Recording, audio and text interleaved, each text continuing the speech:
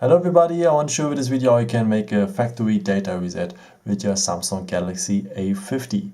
So first of all, turn it completely off, and if it's off then we need the power button and the volume up button for us. So press these both buttons for the same time and hold it.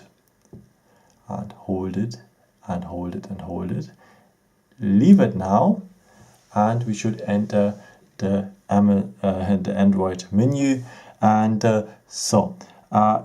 now we could not use our finger anymore, so we have to steer with the buttons on the side. So the volume down button we can use to go down and the volume up button to go up.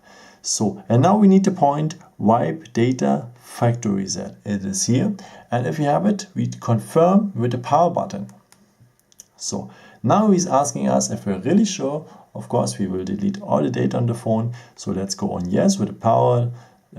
So with the volume down button again, with the volume down button, you go down and then you confirm with the power button for yes. And then he's making a reset.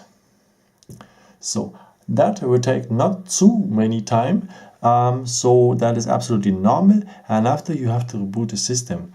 So just confirm with the power button now on reboot system, and that thing now will take a bit longer.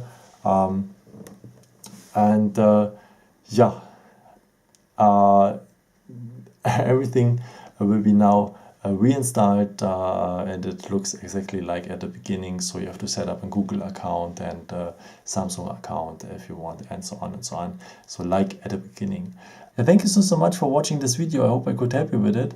And maybe if you want, you can leave me a nice comment or give me a thumbs up. It would be very helpful for my videos. Thank you so much for. And I've created also some other videos if you're interested in, or may just subscribe me. It would be a pleasure to see you again, and maybe at the next time. Ciao.